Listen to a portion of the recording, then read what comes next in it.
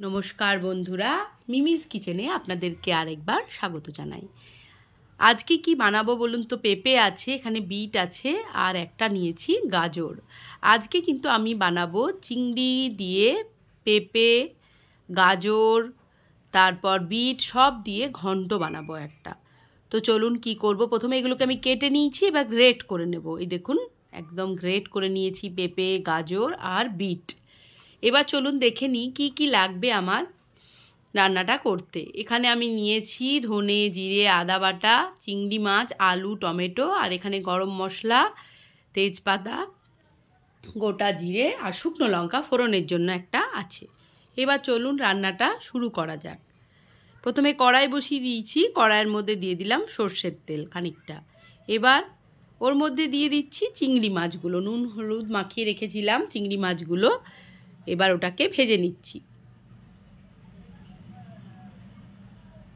এটা একটা খুব হেলদি রেসিপি। এমনিতে দেখবেন বাচ্চারা পেঁপে, গাজর, বিট এগুলো একদম ছুঁয়েও দেখতে চায় না বা খেতেও চায় না।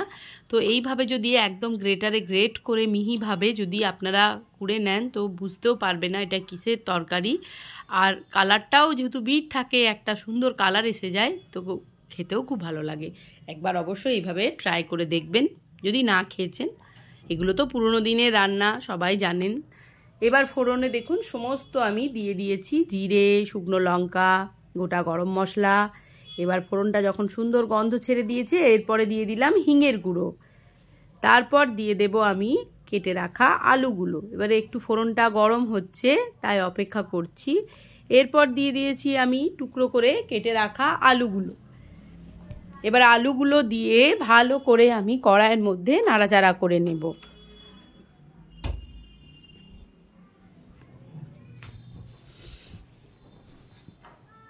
রোজ দিন কি রান্না হবে, কি খাওয়ানো যাবে, কাকে কি দেওয়া হবে, কি সমস্যা বলুন। আমাদের যারা আমরা রান্না বান্না করি তাদের খুব সমস্যা, প্রত্যেক দিনের কি রান্না। এরপর দিয়ে দিলাম টমেটো।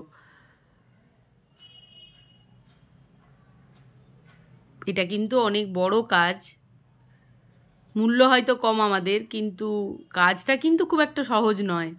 এরপর আদা, জিরে, ধনে সব দিয়ে দিলাম বাটা একসাথে। এবার মশলাটা ভালো করে মিশিয়ে নিচ্ছি। শুনতে খুব ভালো লাগে, মানে বলতে ভালো লাগে কি বা এরা তো এই রান্নাই করে, কিন্তু এটার মধ্যেও অনেক পরিশ্রম, অনেক মাথার কাজ আছে। আমি যদি ঠিক বললাম তো কমেন্টে অবশ্যই আপনারা আমাকে জানাবেন। কোনো কাজই সহজ নয়, সে ঘরেরই হোক বা বাইরেরই হোক, সব কাজের মধ্যেই শ্রম লাগে, নিষ্ঠা লাগে, ধৈর্য লাগে, নাহলে কোনো কাজই সফল হয় না। এরপর আমি যেটা গ্রেট করে রেখেছিলাম গাজর, বিট আর পেঁপে, সেটা আমি দিয়ে দিলাম। দেখুন এটা কি সুন্দর দেখতে লাগছে, সাদা, লাল, কমলা, সুন্দর কালার এসছে, ভালো লাগছে। ছোটোবেলায় আমার মাও আমাদেরকে এইভাবে পেঁপে ঘন্ট করে খাওয়াতো, খুব ভালো লাগতো। বুঝতেও পারতাম না যে এটা পেঁপে ঘন্ট বা এটা মূলো ঘন্ট।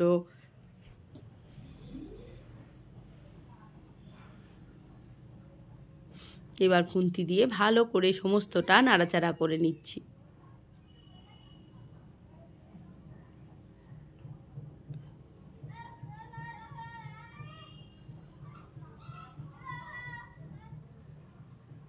এরপর দিয়ে দিলাম চিড়ে রাখা কয়েকটা কাঁচা লঙ্কা, ঝাল যে যা স্বাদ অনুযায়ী খাবেন। ওপর থেকে দিয়ে দিলাম নুন, আর দিয়ে দেব মিষ্টি।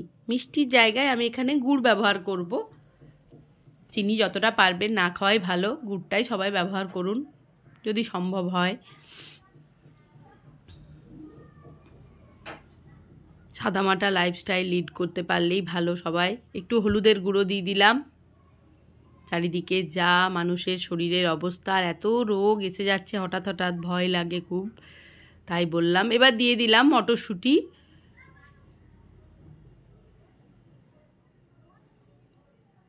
শীতকালে এত সবজি, এত কিছু চারিদিক দেখতেও এত ভালো লাগে। একটু চাপা দিয়ে দিয়েছিলাম, জল কোনো লাগবে না, ওর জলেই পুরো রান্নাটা হয়ে যাবে।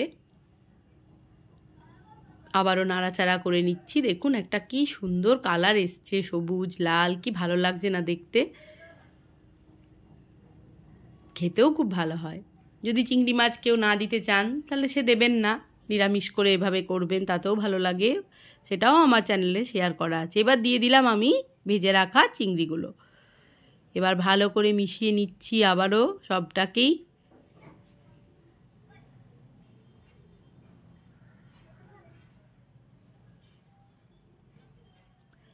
প্রায় হয়েই এসছে। এবার যেটা দেবো সেটা হচ্ছে ঘি। গরম মশলা আর দেবো না, একবার ফোড়নে দিয়েছি তাই আর দিলাম না। একটু ঘি দিয়ে দিলাম। যদি কারোর ঘিয়ের গন্ধ পছন্দ না হয় সে স্কিপ করতে পারেন, তাতেও অসুবিধা নেই। আমার ভালো লাগে তো আমি দিয়েছি। ব্যাস তৈরি হয়ে গেছে আমার পেঁপে ঘন্ট চিংড়ি দিয়ে। ভিডিওটি যদি ভালো লাগে তাহলে অবশ্যই লাইক, কমেন্ট, শেয়ার, সাবস্ক্রাইব করে আমার পাশে থাকবেন আপনারা। আর আপনাদের সুন্দর সুন্দর কমেন্টগুলো পড়তে আমার খুব ভালো লাগে, খুব মনটা আর উৎসাহ লাগে নতুন রান্নার জন্য। সবাই ভালো থাকুন, সুস্থ থাকুন।